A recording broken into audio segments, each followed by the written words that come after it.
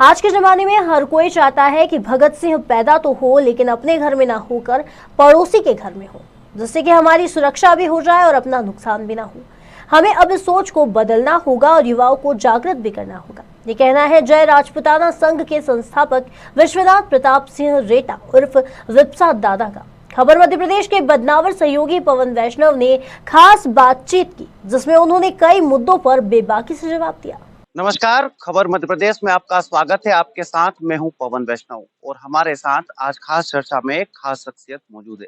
जी हां, हमारे साथ आज जय राजपूताना संघ के संस्थापक विश्वनाथ प्रताप सिंह रेटा जी उपस्थित है। विश्वनाथ प्रताप सिंह जी रेटा उर्फ इन्हें विप्सा दादा के नाम से भी जाना जाता है। एक उग्र वक्ता है, काफी आक्रामक और ओज इनकी शैली है।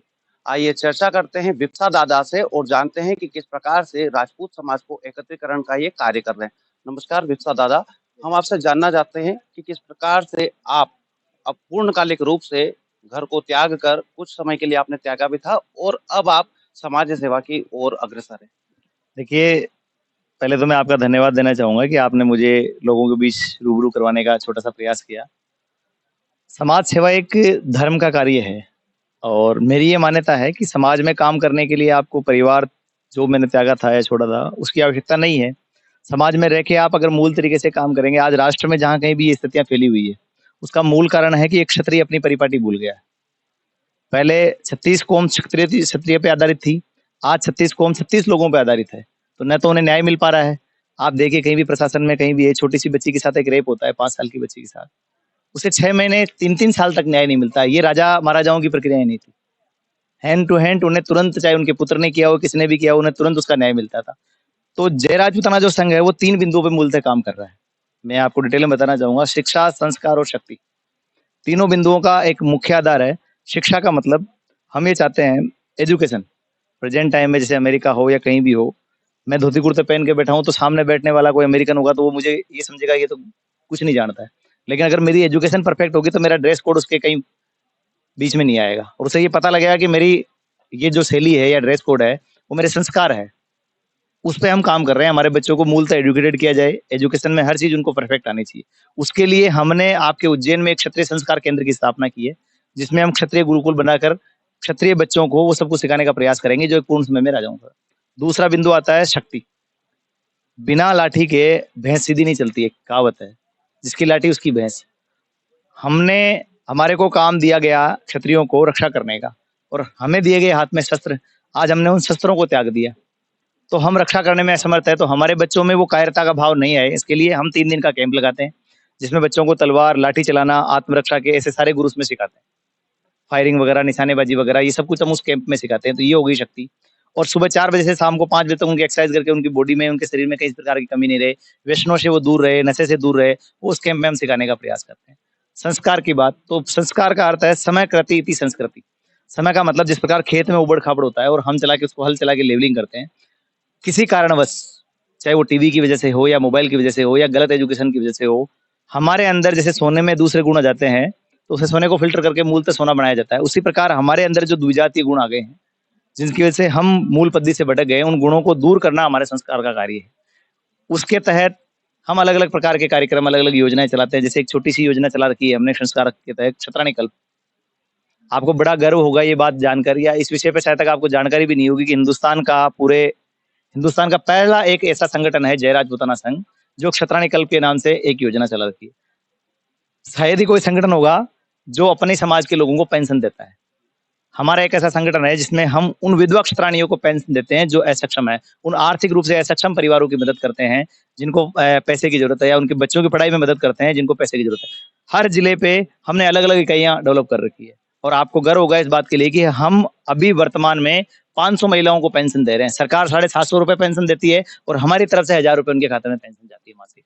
तो वो इसलिए जाती है कि हमारी महिलाएं जो है, ये नहीं सच्चे समाज की महिलाएं कि समाज हमारी कुछ मदद नहीं कर रहा है या किसी कारणवश उनके ब्लड में इंप्योरिटी नहीं आ जाए या कुछ वो गलत कदम नहीं उठा ले, वो अपने मूलतः संस्कारों पे या मूल पद्धति पे कायम रहे। जैसे क्षत्रिय जाना जाता है उसके संस्कारों की वजह से, तो वो संस्कार विहीन नहीं हो, इसके लिए वो संबल बने रहे, वो अपनी परिपाटी को कायम रखें और अपनी संस्कृति को आगे लेके जाए। इसके लिए हमने ये पेंशन योजनाएं सब जगह पूरे चालू कर रखी है। शिक्षा, संस्कार और शक्ति के लिए आप काम करते हो, संस्कार शिविरों का आयोजन करते हो, कितना परिवर्तन पाते हो राजपूत समाज के लोगों के बीच में? 12 साल पहले हमने जब स्टार्ट किया था, लोग छात्र धर्म शब्द नहीं जानते थे कि छात्र धर्म क्या होता है। आज आप फेसबुक पे सर्च करेंगे, यहाँ भी आपने मन से सुना सबको, जय रघुनाथ जी की शब्द, पहले जय माता जी की, खमागणी शब्द का प्रयोग करते थे। 12 साल में हमारे यहाँ मध्य प्रदेश में लगभग 80-90 कैंप लगे हैं। हमारे प्रदेश संयोजक जी हमारे साथ में मौजूद है, लाखन सिंह जी कतोड़े साहब। तो इनके माध्यम से हमने 20, 25, 30, 40, 50 कैंप लगाए हैं यहाँ पर। उन कैंपों से ये परिवर्तन आया है यहाँ पर कि जो लोग खमागणी बोलते थे वो जय रघुनाथ जी की जय छात्र धर्म बोलने लगे। जो लोग पैंट शर्ट पे विश्वास करते थे वो केसरिया साहब पे, धोती कुर्ते पे इस पे विश्वास करने लगे। और जो लोग ये सोचते थे कि राजपूत समाज इकट्ठा नहीं होता, वो एक शौर्य यात्राओं में एक पथ संचलन में चलना हो गया। इससे बड़ा परिवर्तन क्या चाहिए? क्षत्रिय समाज को समाज की क्षति से रक्षा करने वाला समाज माना जाता है। गौ ब्राह्मण के लिए क्षत्रिय समाज हमेशा तत्पर रहता था, लेकिन आज लगता है कि क्षत्रिय समाज अपने मूल तत्वों से भटक गया है। क्या आप ऐसा मानते हैं और इसको सुधारने के लिए क्या प्रयास करें? ये जो आप बात कर रहे हैं कि क्षत्रिय समाज जो है, क्षति यानी कि विनाश, जो विष जो है उससे रक्षा करता था, और ये जिम्मेदारी भगवान ने जो सृष्टि बनाई तब हमें दी थी। हमारे पूर्वजों के बाद हमने इन 200 सालों में क्या किया कि उन कुल पद्धतियों को खो दिया। न तो हम ब्राह्मण की रक्षा ना पा रहे हैं, न अबला की रक्षा पा रहे हैं। हम उन कैंपों के माध्यम से उनमें जो गीता में क्षत्रिय के गुण बताए, उन गुणों को डेवलप करने का प्रयास कर रहे हैं, ताकि जो जिम्मेदारी हमें भगवान श्री कृष्ण ने या भगवान सृष्टि के निर्माता ने सौंपी थी, उस जिम्मेदारी को हम पे से निभा सकें। एक साधारण सी बात बताता हूँ आपको। हमारे घर में एक मटका है। उस मटके को हम तभी तक घर में काम में लेंगे जब तक वो ठंडा पानी करेगा। जिस दिन उसने ठंडा पानी करना बंद कर दिया, हम क्या करेंगे? उस मटके को उठा के बाहर फेंक देंगे। यही स्थिति क्षत्रियों की है। जब ईश्वर ने हमें रक्षा करने के लिए या सृष्टि की संचालन करने के लिए, व्यवस्थाओं करने के लिए बनाया है, तो हमारा कर्तव्य बनता है कि उन संस्कारों को हम पैदा करें। उसी के माध्यम से हम ये संस्कार पैदा कर रहे हैं, और ये निश्चित मेरा मानना है कि आने वाले 15-20 सालों में इतना परिवर्तन 12 सालों में है, तो 15-20 सालों में से और ज्यादा परिवर्तन आएगा। आपने अपने उद्बोधन के दौरान अभी एक शब्द का प्रयोग किया था राजस्थानी कहावत के रूप में, उसको मैं अपने शब्दों से याद दिलवाने का प्रयास करूंगा कि आजकल समाज में चाहता है कि शहीद तो हर कोई कहलाना चाहता है, लेकिन वो चाहता है कि भगत सिंह पैदा तो है लेकिन पड़ोसी के घर में। वो कहावत मैं दोहराना चाहूंगा कि आप दोहराएं और हमारे दर्शकों को बताएं। वो एक राजस्थानी में कहावत है कि जबरो आदमी तो होनी चाहे, लेकिन पड़ोस का घर में हो तो ठीक है, कि वो घर का आदमी तो पिया कमा काम आए। कहने का मतलब, जबरा आदमी का मतलब मजबूत आदमी हो घर में रक्षा करने के लिए, लेकिन वो पड़ोसी के घर का होगा तो उसकी भी रक्षा करेगा और हमारी भी रक्षा करेगा। मेरे घर में नहीं होना चाहिए, क्योंकि मेरे घर वाले तो क्या करेंगे? पैसे कमाने जाएंगे। ये सोच हमें बदलनी पड़ेगी। क्या है, क्षत्रिय समाज के बच्चों को मैं ये नहीं कहता कि आप घर बार त्याग दो। मैं ये भी नहीं कहता, मेरे भी बच्चे हैं, मैंने भी विवाह किया है, मैं भी परिवार पालन कर रहा हूँ। लेकिन जो समय हमें टीवी में और व्यर्थ की चीजों में खेलने कूदने में या फालतू इधर उधर गवाते हैं, वो समय हम हमारे समाज में या दूसरी जातियों की मदद में देंगे, तो ये समाज अपने आप परिवर्तित हो जाएगा। राजा राजा तभी तक है जब तक प्रजा उसे राजा मानती है। अगर प्रजा राजा को राजा नहीं मानेगी तो राजा रहेगा नहीं। तो हम उस परिपाटी पे हमारे नए आने वाली पीढ़ियों में ये परिवर्तन करने का प्रयास कर रहे हैं कि हम हमारे साथ में उन सब जातियों को लेके चलें, उन सब जातियों की मदद करें जो जातियां हमारे ऊपर खड़ी हुई है, जिनका बोझ हमारे कंधे पे है। तो ये जय राजपूताना जो संघ है, वो मूलतः इन सब पद्धतियों पे काम कर रहा है। विभिन्न समाजों में सामाजिक संगठनों का निर्माण होता है, आपके समाज में हुआ, अन्य समाजों में भी होता है, लेकिन सबके उद्देश्य अलग अलग होते हैं। कुछ अपने ही निजी लाभ को साधने का प्रयास करते हैं, लेकिन जय राजपूताना संगठन जिसके आप संस्थापक है, ऐसा कभी दिखाई नहीं दिया। आपका क्या लक्ष्य है आगामी समय की? देखिए, लक्ष्य उन किसी भी, जैसे गेहूं का बीज होता है, तो खेत में उसको रोपण करने से पहले ये तय नहीं कि ये होता है कि इस गेहूं में उगेगा या उसमें कुछ और उगेगा। हाथ में गेहूं का बीज है तो उसमें से क्या उगेगा? गेहूं ही उगेगा। संगठन के निर्माण से पूर्व उसका उद्देश्य तय होता है। उस उद्देश्य की पूर्ति के लिए संगठन बनाया जाता है, न कि संगठन बनाने के बाद उद्देश्य तय किया जाता है। तो जय राजपूताना जो संघ है, उसका निर्माण जो किया गया है, वो निश्चित उद्देश्य की पूर्ति के लिए किया गया है। और निश्चित उद्देश्य क्या है? हर तहसील स्तर पे विश्वामित्र केंद्र स्थापित किए जाए और एक बड़े गुरुकुल का निर्माण किया जाए, जो हमारे समय में नालंदा में रिंद था, काशी में। इसमें उस गुरुकुल में क्या होते थे? उन गुरुकुल में योद्धा तैयार किए जाते थे, उसमें विद्वान तैयार किए जाते थे, उसमें वैज्ञानिक तैयार किए जाते, जो इस भारत को सोने की चिड़ी के ऊपर लेके गए थे। सोना की चिड़ी जिन्होंने बनाया था, वही सोच हमारी है। उस उद्देश्य की पूर्ति के लिए हम 12 सालों से प्रयास कर रहे हैं। उसमें एक कड़ी हमारी सफल हुई है अभी। हमने, जैसे आपको उद्बोधन में बताया, कि हमने उज्जैन में जगह खरीद ली क्षत्रिय केंद्र, संस्कार केंद्र के लिए। पहला पड़ाव हमने पार कर लिया।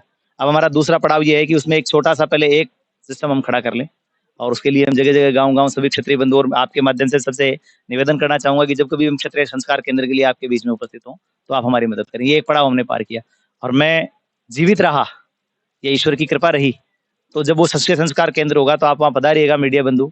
आप उसमें खुद गौरवान्वित महसूस करेंगे कि वास्तव में जो क्षत्रिय की परिपाटी और क्षत्रिय चीजों को लेकर आपने ये काम किया है, समाज और राष्ट्र में इसकी आवश्यकता है। जो नवयुवक है क्षत्रिय समाज के, अन्य हिंदू समाज के जो नवयुवक है, उनमें प्रेरणा का संचार हो, सकारात्मकता का समावेश हो, उनको क्या मैसेज देना चाहिए? मैं दोनों ही लोगों को एक मैसेज देना चाहूंगा कि मीडिया या सोशल मीडिया पे जो ये भड़काऊ एक दूसरे के प्रति कमेंट है, ये आप लोगों के कमेंट नहीं है, ये वो लोग हैं जो न किसी जाति के हैं न किसी धर्म के हैं। उनका काम क्या है, जैसे अभी थोड़े दिनों पहले मिहिर बोझ के बारे में या पृथ्वीराज चौहान के बारे में बवाल उठा था सोशल मीडिया पे, तो मैं जानना चाहूंगा, जब इतिहास गवाह है सब चीजें, तो उन दोनों को आपस में मीडिया पे या सोशल मीडिया पे उठाने का रीजन क्या रहा? उनका उठाने का रीजन ये था कि जो गुज्जर समाज या राजपूत समाज, जो दोनों में समावेश बना हुआ है, जो सामंजस्य बना हुआ है, जो प्रेम पीढ़ियों से बना हुआ है, वो प्रेम को खंडित करके वोट बैंक की राजनीति की जाए। ये कहीं ना कहीं किसी न किसी पार्टी या वामपंथी लोगों का हाथ है, ताकि इनमें डिवाइड किया जाए। जैसे अंग्रेजों ने हमारे बीच में ये काम किया था, क्या फूट डालो राज करो। वर्तमान समय में कुछ लोग जो है, चाहे वो विदेशी ताकतें मानिए या आतंकवादी कह लीजिए उनको, जिनका कोई धर्म नहीं है, जिनकी कोई जाति नहीं है, वो लोग ये काम कर रहे हैं कि इन जातियों को आपस में क्या किया जाए, लड़ा दिया जाए। 70 सालों में आप भीलों को ले लीजिए या छोटे जातियों को ले लीजिए, उनके मन में हमारे प्रति जहर भर दिया कि राजपूतों ने आपके साथ अत्याचार किया है। मैं विचार करना चाहूंगा, छोटा सी बात पूछना चाहूंगा, राम ने जब सबरी के हाथों से भीलों के बेर खाए, तो हमने तो कहीं छुआछूत का ऐसा काम किया ही नहीं राजपूतों ने। राजपूत के मंत्रिमंडल में जो भीलों का या इनका व्यक्ति हुआ करता था, यहाँ तक कि मेवाड़ में जो राजलग करते थे, वो भी अंगूठे से काट कर एक भील सरदार करता था। महाराणा प्रताप जंगलों में गए, जब उनको कीका के नाम से भील बुलाते थे, खाना खिलाते थे, तो फिर ये भेदभाव हमने पैदा नहीं किया, फिर हम राजपूतों का इसका दोष क्यों दिया जाता है? हमें क्यों इसका दोषी किया जाए? ये दोषी करने का कारण ये है कि ये छोटी जाति है जिनको राजा मानती है, ये अगर इन पे आपत्ति हम करेंगे छोटी जातियों पे, तो राजपूत कहीं भी आके इनके लिए खड़े हो जाएंगे। आप देखिए कि आज जिन जातियों ने लोग हमारा साथ छोड़ा, या जिन लोगों ने हमें नकार दिया, जिनके मन में हमारे प्रति द्वेष भर गया, उनको दूसरे धर्मों के लोग धर्म परिवर्तन करने का प्रयास कर रहे हैं। उसका रीजन यही है कि पहले इनको दूर डिवाइड कर दो, डिवाइड करने के बाद उनके धर्म को क्या कर दिया जाए, परिवर्तन कर दे, ताकि ये जो सनातन धर्म है, ये मूल धर्म क्या हो जाए, गौण हो जाए। इसके लिए जरातन संघ अथक प्रयास करेगा, और निश्चित रूप से हम प्रयास कर रहे हैं और लगातार इसी प्रयास में लगे हैं। तो ये थे हमारे साथ जय राजपूताना संघ के संस्थापक श्री विश्व प्रताप सिंह रेटा जी, जिन्हें विप्सा दादा के नाम से पहचाना भी जाता है, जिन्होंने बताया कि शिक्षा, शक्ति और संस्कार को साथ रखकर ही समाज का नया निर्माण किया जा सकता है। कैमरा पर्सन योगेश बैरागी के साथ बदनावर से पवन वैष्णव।